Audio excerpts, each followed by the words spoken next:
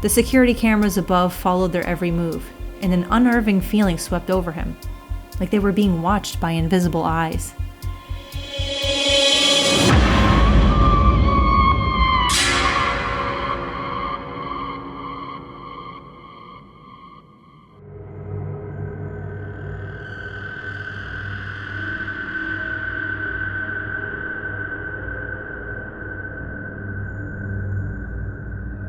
When Alex was just 19 years old, he worked for a company that dispatched laborers to the remote corners of Australia. The arrangement was simple.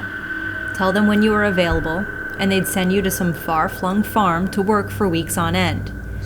The work was grueling, the hours long, but the pay was good, and if you found the right group of people, it could be a lot of fun. It was during one of these stints that Alex found himself on a vast property, rumored to cover the same area as the entire state of Maryland in the U.S. The nearest town was 40 minutes away, and it was a solid 9 hours from Sydney. In essence, it was the middle of nowhere. Alex, along with 3 others around his age, had been assigned to clear bushland for their boss, a laid-back man named Grant. He owned the property and worked alongside the crew, guiding them through the daily tasks. The summer was brutal, the heat was suffocating.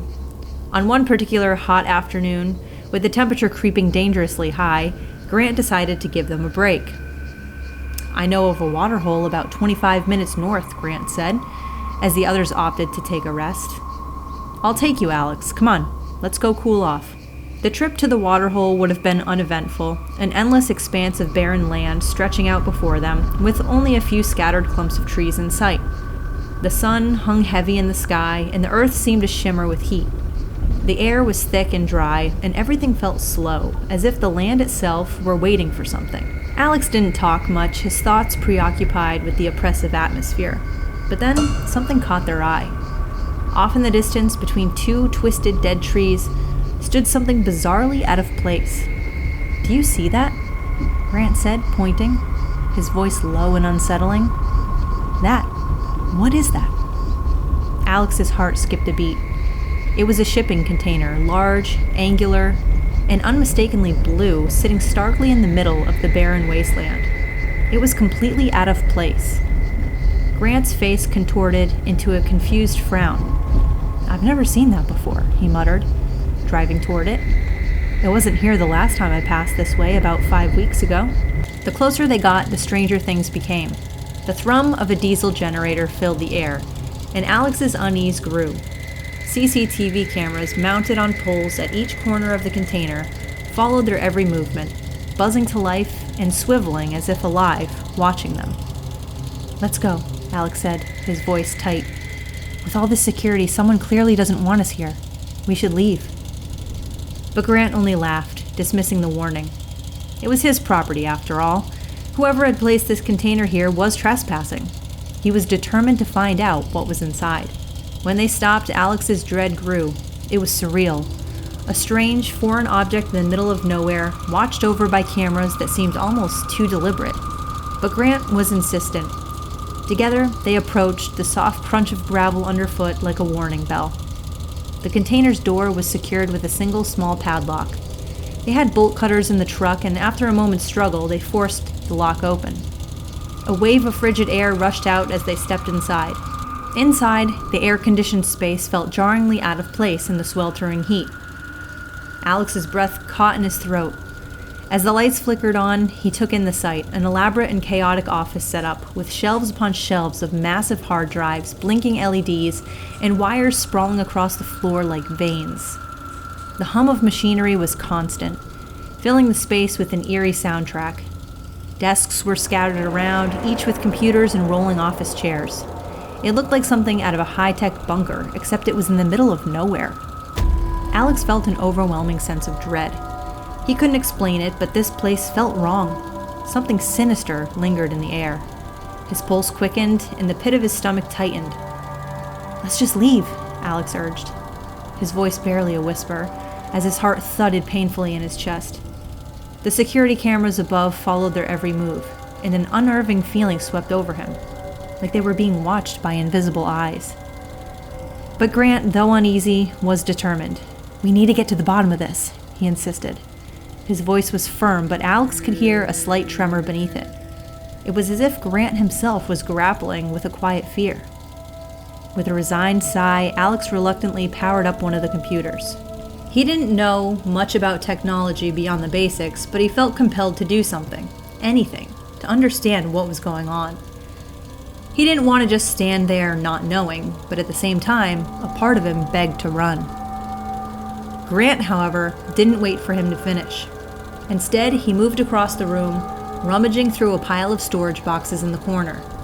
Alex, despite himself, wandered toward the boxes as well. They looked inconspicuous enough, though Alex couldn't shake the sense that they were being drawn toward them by something beyond his control. His hand shook as he lifted the lid of one box.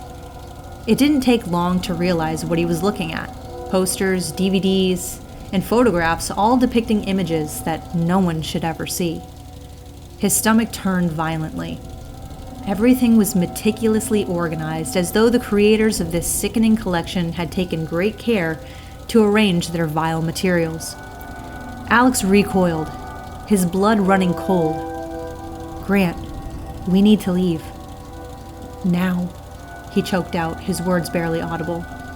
He tried to force the images out of his mind, but they clung to him like shadows he couldn't outrun. His feet moved before his brain could catch up, and he grabbed Grant by the arm, pulling him toward the door with desperate urgency. The world seemed to collapse around them, the once safe walls of the container now feeling suffocating.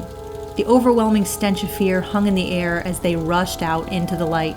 Alex didn't remember much of the drive back to the farmhouse. His mind raced, replaying the images over and over, the sickening realization of what they had just uncovered weighing heavily on his shoulders. They had to get to the police, had to tell someone, but the farm had no mobile reception. The land was too vast, too empty for any signal to reach. They needed the landline, but the time it took to get back to the house seemed to stretch on endlessly. The heat of the day had begun to fade, but the tension between them was palpable, thickening the air with an almost unbearable pressure. Every bump of the road, every passing clump of trees seemed to stretch time even further. It was as if they were moving through a strange, frozen moment, suspended in the endless nothingness that surrounded them. When they finally called the police, they knew it would take time for help to arrive. The nearest station was an hour away by car, in a town several miles from the farm.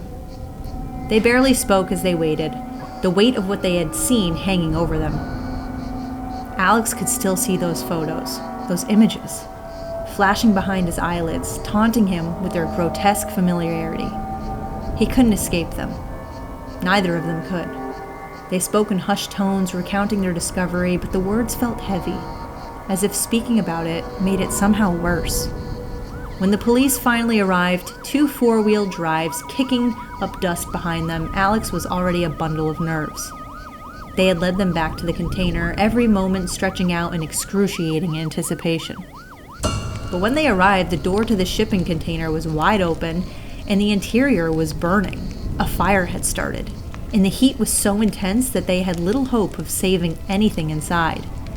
The 2 small fire extinguishers in the police cars did little to slow the blaze. It wasn't until the fire department arrived an hour later that the flames were finally subdued. But by then, it was too late. The investigation that followed was baffling. The federal police reported that there was almost no trace of the high-tech equipment that had been inside. Instead, only charred remains of paper and cardboard, as though the whole place had been meticulously cleared. Whoever was behind this knew they were coming.